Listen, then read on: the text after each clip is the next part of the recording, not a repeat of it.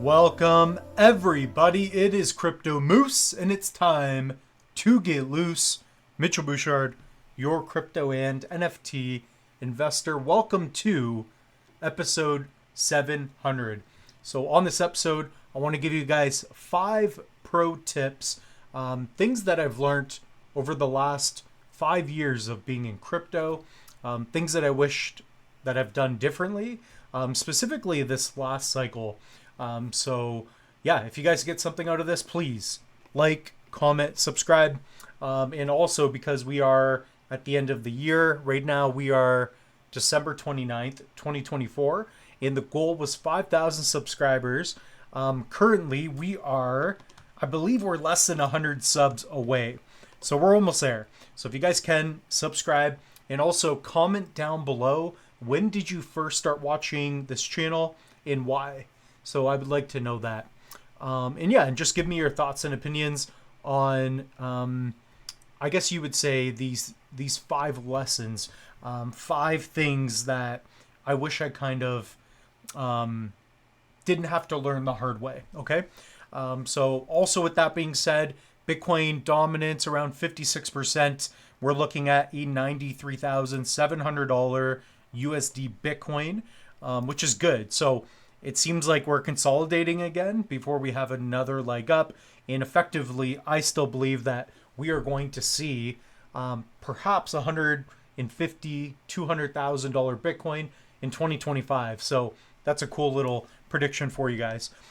So let's dive into the first one. Speaking of Bitcoin, that's going to be number 1. So Bitcoin is key. If you're investing in a crypto, and by the way, nothing in this video should be taken as financial advice. Invest at your own risk. But you have to understand that Bitcoin is number 1. Just taking a look at the dominance as well. Guys, 56% of the market cap of all crypto is in Bitcoin. So if you look at Bitcoin and Ethereum, sure, they're probably not going to do a 10x or 100x relatively soon. It will now take much longer. But don't, for that reason, don't pick up any Bitcoin. So long term, you want to be in Bitcoin. In fact, I'm pretty sure that nothing over, a 5 to 10 year period has really outperformed Bitcoin. So Bitcoin, Ethereum, those are the 2 big movers. But ultimately, Bitcoin, if you are going to build a portfolio, it should be around BTC. Okay, so also you have the halving every 4 years. This just happened this year in 2024. Typically what we see is 6 to 12 months after a halving. So the amount of remaining Bitcoin that are earned for rewards for mining Bitcoin, it gets reduced in half. So let's say you would earn 3 Bitcoin, it's then 1.5.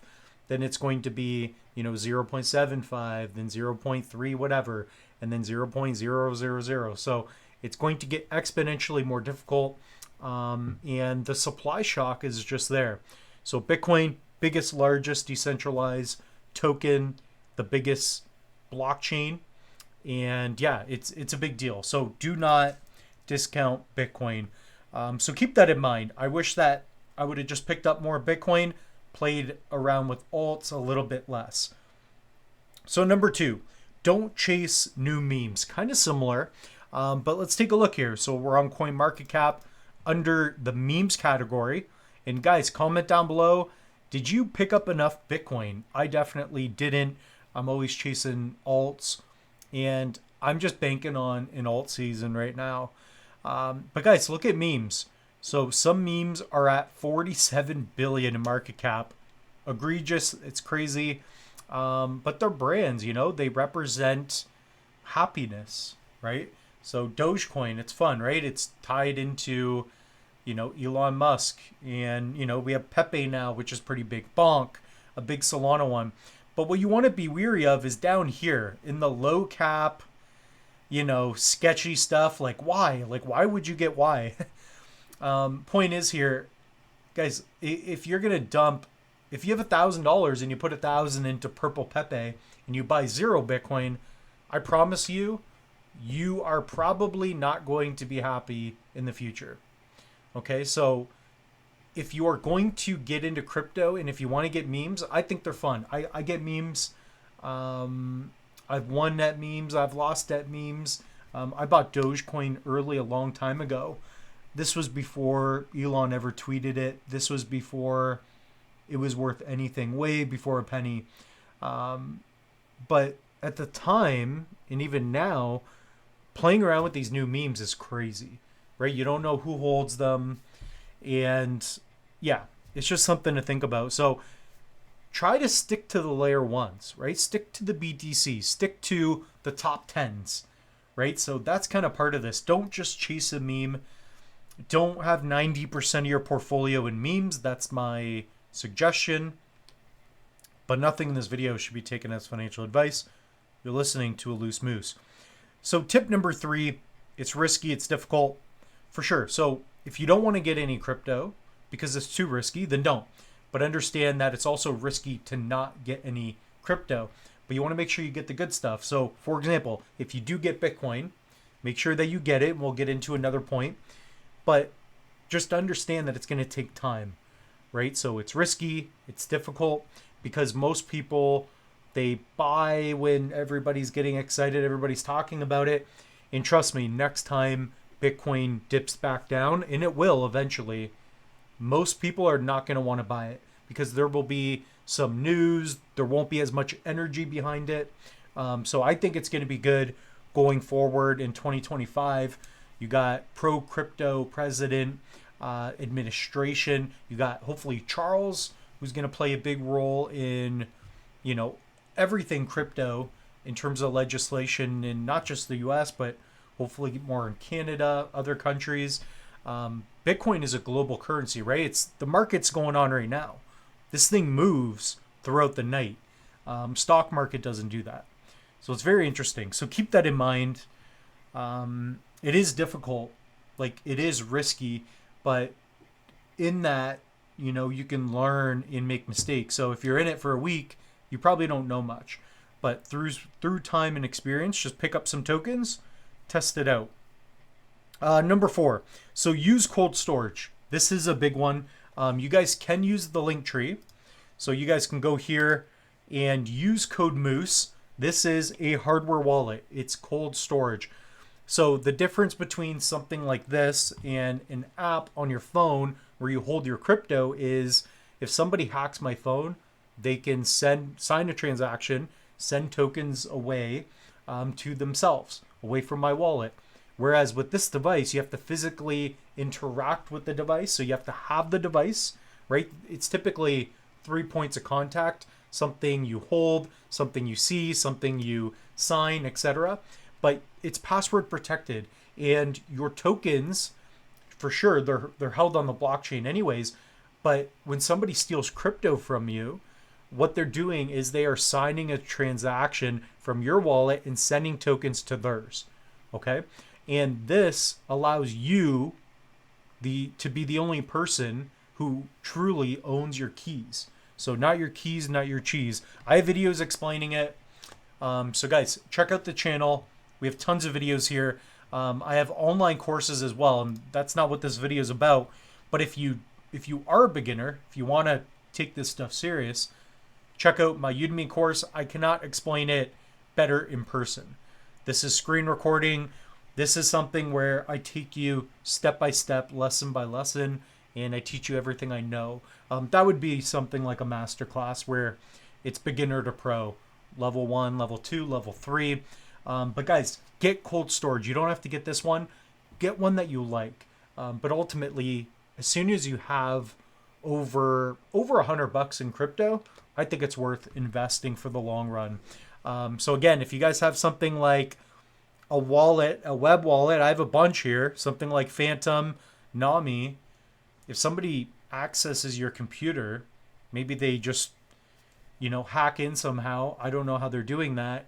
Or if they just extract your private keys, you're in trouble. So the best way to protect your crypto, if you have a lot of crypto, get cold storage. So that's going to be the biggest thing.